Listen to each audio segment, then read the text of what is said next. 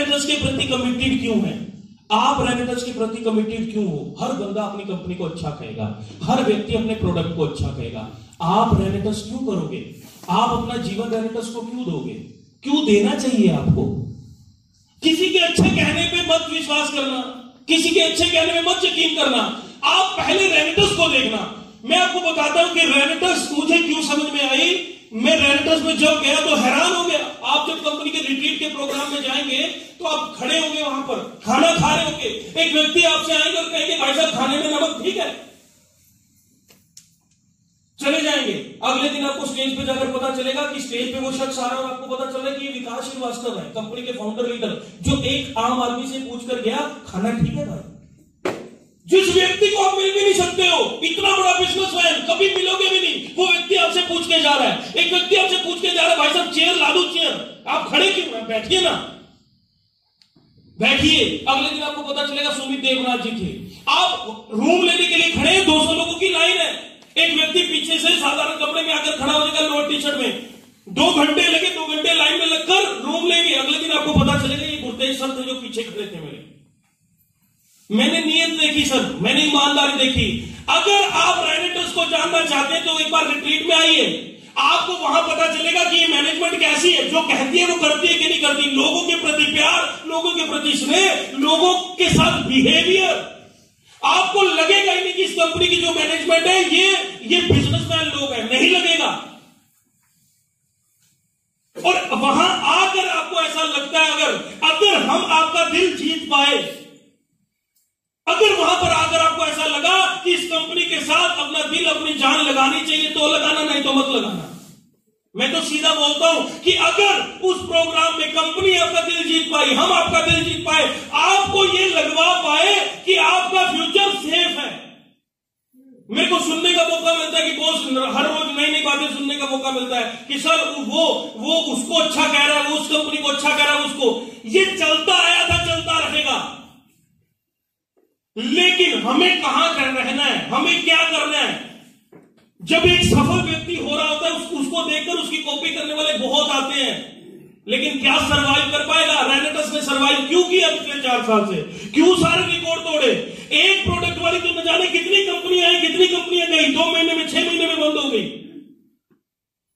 लेकिन उसके पीछे की ईमानदारी, मैनेजमेंट की ईमानदारी, मैनेजमेंट की सोच, उनका लगाव, लोगों के प्रति रवैया, बिहेवियर, वो सब आपको रिट्रीट में पता लगेगा। आप रेनेटर्स कीजिए मत कीजिए, मैं आपको नहीं कहता हूं, लेकिन रेनेटर्स को जान लीजिए। आप जानने के लिए आपको रिट्रीट में आना पड़ेगा, उससे पहले नहीं जान पाएंगे आप। जानिए आप, कहीं आपके हाथ से मौका निकल ना जाए, कहीं एक बहुत बड़ी अपॉर्चुनिटी आपके हाथ से ना निकल जाए बिना जाने बिना समझे। कई बार में आपको ऐसा ना लगे कि यार थोड़ी सी मेहनत करके चले जाते रिट्रीट में, देख लेते, कंपनी को समझ के आते। देख, मैंने पिछले 14-15 साल में ऐसी कंपनी लोगों के साथ प्यार करने वाली नहीं देखी सर।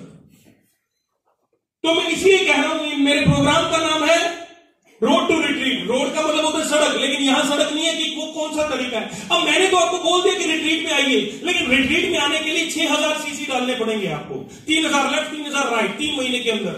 अभी 15-20 दिन बचे हुए हैं, 15-20 दिन में भी अचीव किया जा सकता है, लेकिन उसके लिए काम करना पड़ेगा। और काम करते तो गलतियां होती हैं, तो ऐसी कौन सी गलती जो हमें नहीं करनी, या काम करने का सही तरीका क्या है, उसकी आज हम आपसे बात करने वाले। तो पहली चीज जो सबसे इंपॉर्टेंट है, जिंदगी में सफल होने के लिए एक गुरु चाहिए होता है।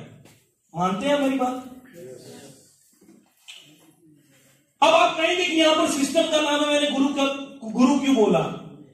सिस्टम का मतलब होता है वो तरीका जिससे कोई भी चीज होती है। जैसे कि मैं माइक पकड़ के बोल रहा हूं, मेरे हाथ में प्लास्टिक की चीज है, मैं बोल रहा हूं, आवाज पूरे कमरे में आ रही है। हमने कभी इसको खोल के चेक नहीं किया कि ये काम कैसे करता है। हमने बटन दबाया, रोशनी आ गई कमरे में, हमने कभी चेक नहीं किया तारे खोल करके ये काम कैसे करता है। हमें पता है ये एक सिस्टम है, सिस्टम का बेनिफिट हम लेते हैं। लेकिन जैसे ही रेनेटर्स में आते हैं और हमारी अपलाइन ये कहते हैं कि यहां पर भी एक काम करने का सिस्टम है, आपकी नॉलेज जो आपने आज तक इकट्ठा कर रखी है वो यहां नहीं चलेगी, तो हमारी ईगो हर्ट होती है। हम कहते हैं कि मैं तो ये हूं, मेरे को तो इतना तजुर्बा है, मेरे को तो दुकानदारी चलाने का एक्सपीरियंस है, मेरी तो नौकरी में 25 साल की सर्विस होगी। सर हम उस पर डाउट नहीं कर रहे हैं, आपको हाथ जोड़ के सलाम करते हैं, आपको सल्यूट करते हैं, आपकी नॉलेज को, आपके रुतबे को, लेकिन आपको एक चीज समझनी पड़ेगी, हर नए काम को सीखना पड़ता है, हर नए काम का एक रूल होता है। अरे मुझे सब्जी बनानी सीखनी है तो उस लेडी से सीखना पड़ेगा जो लेडी सब्जी बनाती है। मैं अपनी मर्जी से चीजें उतनी मात्रा में नहीं डाल सकता जितनी में मैं अपनी मर्जी से डालना चाहता हूं, मुझे उनसे ही सीखना पड़ेगा। ऐसे ही जो सबसे पहली गलती हम इस बिजनेस में करते हैं वो ये करते हैं कि जब हम अंदर आते हैं रेनेटर्स के, तो हमारी अपलाइन कहती है ये नहीं ये करो, ये नहीं ये करो। हम कहते हैं क्यों करें? जो गलती मैंने करी थी कि मैं समझाऊंगा 19 लोगों को, जिसका बहुत बड़ा खामियाजा मुझे उठाना पड़ा, वो आज भी लोग गलती करते हैं। और मैं बहुत दिल से उनको समझाना चाहता हूं कि भैया ना करो गलतियां, क्योंकि एक बार आपने लोगों के साथ गलतियां कर ली, फिर वो लोग आपका दोबारा विश्वास नहीं करने वाले हैं। मैंने बात करी कि गुरु, आप इसको एज अ गुरु ले सकते हो। और गुरु जानते हैं कौन होता है? गुरु 2 वर्ड से बना है, संस्कृत के 2 शब्दों से, गु और रू। गु का मतलब होता है अंधेरा और रू का मतलब होता है अंधेरे से रोशनी में लाने वाला। तो एक तो मतलब वो होता है गुरु का। मैं ये कहता हूं कि गुरु का एक और मतलब भी है, जिस व्यक्ति से, और गुरु जरूरी नहीं कि गुरु व्यक्ति हो, गुरु एक सिस्टम को भी बनाया जा सकता है। जैसा कि हमारा टीजीएस है, आप इसे भी गुरु मान सकते हो। ये जो प्रोग्राम हो रहा है ये टीजीएस के अंतर्गत हो रहा है, आप सिस्टम को भी अपना गुरु मान सकते हो। और मैं ये कहता हूं कि गुरु की पहचान क्या है वो समझ लीजिए। जिस व्यक्ति से या जिस चीज से, जिसके रडार में आने से, जिसके साथ मिलने से आपकी चाल, आपका चेहरा और आपका चरित्र सही हो जाए, वो आपका गुरु है। आपकी चाल, आपका चेहरा मतलब चेहरे की रंगत वापस आ जाए, वो जिंदगी से निराशा चली जाए, एक उमंग, जिसको सुनने से, जिससे मिलने से, जिसकी बात करने से, वो एक सिस्टम भी हो सकता है, जिससे एक जीने की उमंग पैदा हो, जिससे आपकी प्यास बढ़ जाए, जिसको सुनने से आपकी प्यास बढ़ जाए। कौन सी प्यास? सफलता की प्यास। पूरी नहीं हो जाए, लोग कहते हैं कि पूरी हो जाए, मैं कह रहा हूं बढ़ जाए। गुरु वो चुन लेना जिसको मिलने से आपकी जिंदगी में आगे बढ़ने की प्यास बढ़ जाए, क्योंकि जिसकी प्यास खत्म हो गई वो साधु बन गया। साधु शांत है, साधु अशांत कभी नहीं हो सकता, तो वो साधु बन गया जिसकी प्यास खत्म होगी। तो हमारा मकसद वो नहीं है, हमारा मकसद है जिंदगी में निरंतर आगे बढ़ते रहना। जिसको मिलने से प्यास बढ़े उसको मान लेना। और जब आप टीचर्स में आएंगे, जब आप प्रोग्राम्स में आएंगे, तो यकीनन आपकी प्यास बढ़ने वाली है, आपकी इच्छा बढ़ने वाली है। तो इसको इसलिए मानना है सिस्टम को, बिना किंतु परंतु डाउट के, कि हमारी इच्छा बढ़े, हमें तरीका मिले, हमें दिशा दे गुरु, एक सिस्टम हमें दिशा दे। तो बहुत सारे लोग अब मैंने सिस्टम के बारे में गुरु क्यों बोला, क्योंकि कभी कभी क्या होता है हमारे बिजनेस में, देखो इंसानों का ही बिजनेस है, और आपको पता है जब 2 लोग इकट्ठे रहते हैं तो बर्तन खड़कते हैं, पति पत्नी हो तो भी लड़ाइयां चलती हैं। तो क्या होता है अपलाइन डाउनलाइन में भी कभी कभी हल्की फुल्की नोकझोंक हो जाती है। तो वहां पर लोग मेरे से पूछे, सर ये तो ठीक नहीं, मैं किसे मानूं? तो उनके लिए कह रहा हूं, किसे मान ले भाई? समझ रहे मेरी बात को? आप इसे भी मान सकते हैं, और गुरु अपनी अपलाइन में से उस व्यक्ति को मान सकते हैं जिसको मानने से, जिसको सुनने से, जिसको देखने से आपके अंदर से कुछ उछले, आपके अंदर से परिवर्तन आए, आपके रोंगटे खड़े हों, जो आपको दिशा दे, जिसको सुनने से आपके अंदर कुछ जागे, कोई भावनाएं उछले हैं, कुछ हलचल हो शरीर में, उसे तो भैया मान ही लेना। और मैं बात कर रहा था कि आपको नॉलेज है, आप अपने काम आपको करने आते हैं, वो उसमें डाउट नहीं है, लेकिन सर हर काम का एक सिस्टम है, किसी न किसी को गुरु मानना पड़ेगा। हमारे काम को मान लीजिए, इसको मानना पड़ेगा, अपनी अपलाइन को मान लीजिए, नहीं तो इसको मान लीजिए। अगर हमने इसको मान लिया तो क्या होगा मानने से? हमारा एफर्ट कम होगा, रिजल्ट ज्यादा होगा। क्या होगा सर? एफर्ट कम होगा, दौड़ कम होगी। बहुत सारे लोगों से मिलता हूं, वो कहते हैं सर मैं रात दिन एक कर रखा है, मैंने रात, उनको मैं हाथ जोड़ के कहता हूं भाई नहीं करना। मैं बहुत सारे लोगों को कहता हूं, लोग कहते हैं सर हम अंधी मेहनत करते हैं सर हम रात दिन एक कर देते हैं सर हमारा घर जाने का कोई टाइम नहीं, हमारा घर। भाई रुक शांत। ना भागना भी बीमारी है, बहुत भागना भी बीमारी है।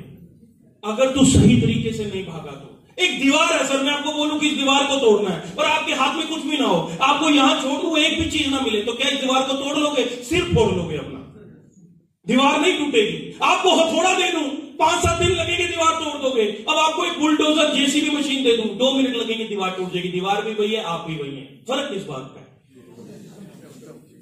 सही मेहनत समझना पड़ेगा कि एक्टिविटी में और प्रोडक्टिविटी में फर्क होता है कि कहीं मेहनत तो नहीं चल रही। 6 महीने हो गए, 2 महीने हो गए, 3 महीने हो गए, 1 साल हो गया, जो चाहिए वो नहीं मिल पा रहा, तो समझना पड़ेगा कि कुछ चीजों की गलती है। समझना पड़ेगा कि हम किसी को शायद मान ही नहीं रहे, किसी को शायद सीखा ही नहीं, किसी से वो पद्धति नहीं सीखी जो चाहिए। तो सक्सेस सिस्टम है सर, जो सक्सेस सिस्टम पिछले 50 साल पहले भी था, आज भी है, आगे भी रहेगा। एक एक करके बात करेंगे। जैसे मैंने आपको कहा कि रिक्रूटिंग, पहली चीज रिक्रूटिंग का मतलब है लोगों को अपने साथ लेकर आना।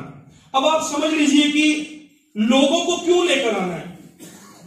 हर काम जो भी हम करते हैं लाइफ में, मान लीजिए बिल्डिंग बना रहे हैं, ये दीवारें, ये इंफ्रास्ट्रक्चर ये बनाना है। इस बिल्डिंग को बनाने के लिए रॉ मटेरियल चाहिए होगा।